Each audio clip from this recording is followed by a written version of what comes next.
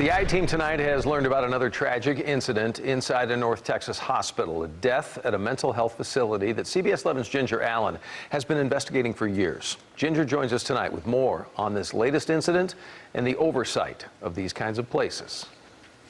For years, families have contacted the I-Team complaining about what happened to their loved ones behind closed doors at Sundance hospitals.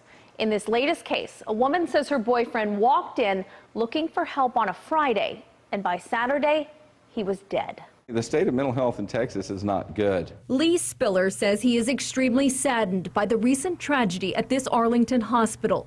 The mental health advocate for the Citizens Commission on Human Rights has spent years protecting patients. Unfortunately, I don't feel like the state has done enough. The Department of Health and Human Services confirms a death at Sundance Behavioral Hospital on Saturday, September 15th. The medical examiner reports a 39-year-old man from North Richland Hills died. Arlington police tell the I-Team it was a suicide. A woman who says she is the man's girlfriend tells us his family is out of state. She is trying to find out exactly what went wrong.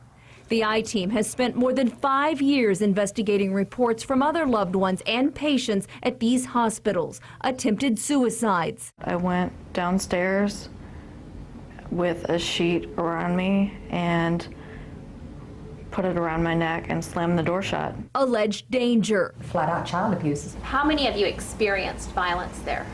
Threats with needles. Booty juice. We called it the booty juice. We got threatened with it if we stood up for one another. And patients who say they were held against their will. I'll never let it happen again, Maddie, I promise. Never. We've talked to former employees who provided pictures reportedly from the inside. Patients are being mistreated. And most recently, we talked to a young patient who painted his own picture of the inside. It was hell, basically. There's a lot of stuff happened there. So who oversees mental health facilities?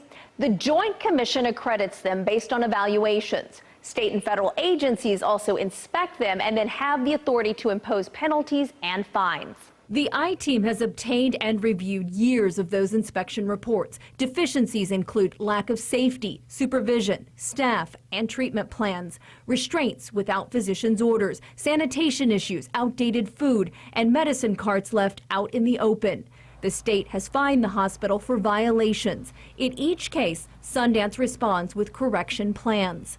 The Joint Commission has repeatedly given the hospitals an above average or gold seal rating in most areas. The federal government tells us Medicare certification is based on the Joint Commission's surveys. In other words, that determines where your tax dollars go. It's kind of like the good housekeeping seal of approval. With continuing complaints, violations, and reports of incidents such as this most recent death, parents, advocates, and local and national lawmakers are raising questions about oversight at mental health facilities. The state tells the I-Team it has ongoing investigations into Sundance. It has also received 57 complaints against the hospital so far this year. That's up from 49 last year, and then, as you can see, up significantly from the year before.